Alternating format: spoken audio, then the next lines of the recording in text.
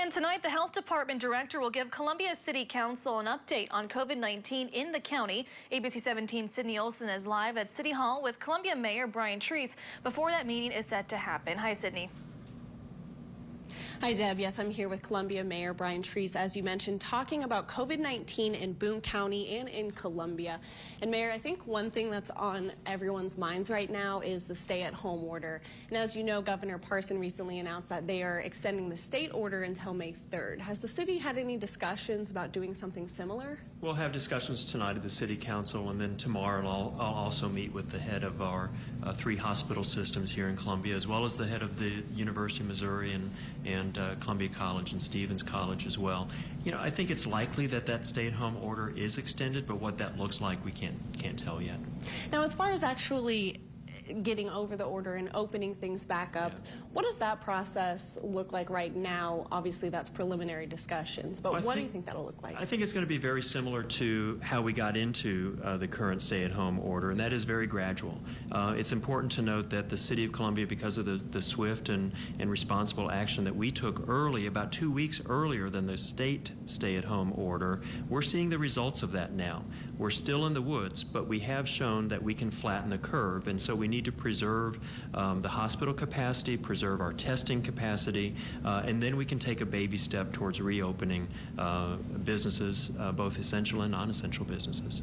Now, speaking of businesses, this has obviously had a very large impact, especially on small local businesses. I know the city approved a loan program to help micro enterprises and small businesses, and the funding for that ran out within hours because there was such high demand for that. Do you think the city will look at putting more money into programs like that or other programs? We're still waiting to hear how federal money through the CARES Act is going to be distributed through the state. I met with Senator Caleb Rowden this morning, and I think we'll have additional details on that by the end of this week. But I am so proud of all of the businesses and, frankly, families for their sacrifice and what they have done over the last month during this crisis.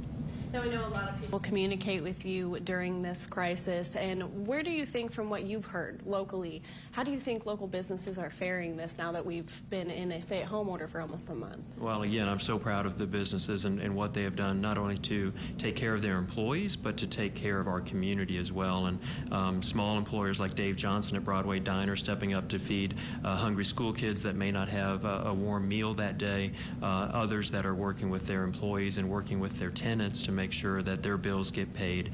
And I think we're going to see a light at the end of the tunnel here very soon.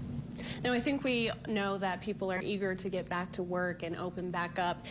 There has been some frustration voiced from some people about extending these orders. I know the governor has had some, criticism for that. Why, if the city chooses to extend this, do you think it's important to do so, and why? What should people know? Well, it's important to put appropriate protections in place so that we can lift those restrictions later. Keep in mind, we're seeing the results about 2 weeks before the rest of the state is, and that's going to allow us to take baby steps. But even if the city doesn't extend our stay-at-home order, we would still be under the governor's order. And so I want to make sure that we preserve some autonomy, some local authority here to help businesses with waivers if possible, or the definitions or interpretations that they need to really get our economy moving, but at a pace that is responsible and that still puts the epidemiology of this crisis first.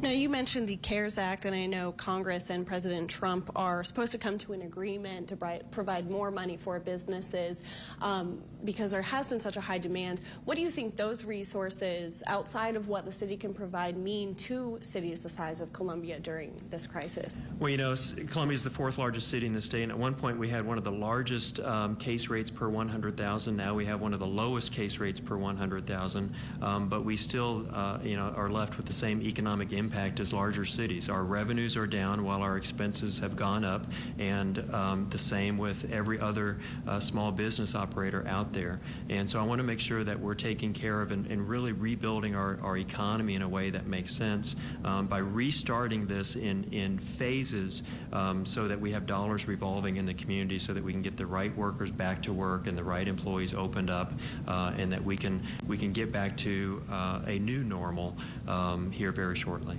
Okay, thank you so much. And the City Council will be meeting tonight, and the Director of the Health Department will be providing an update to the Council, and I will be here covering that, so we'll have the latest information on COVID-19 here in Columbia at 9 and 10. Reporting live in Columbia, Sydney Olson, ABC 17 News. All right, thank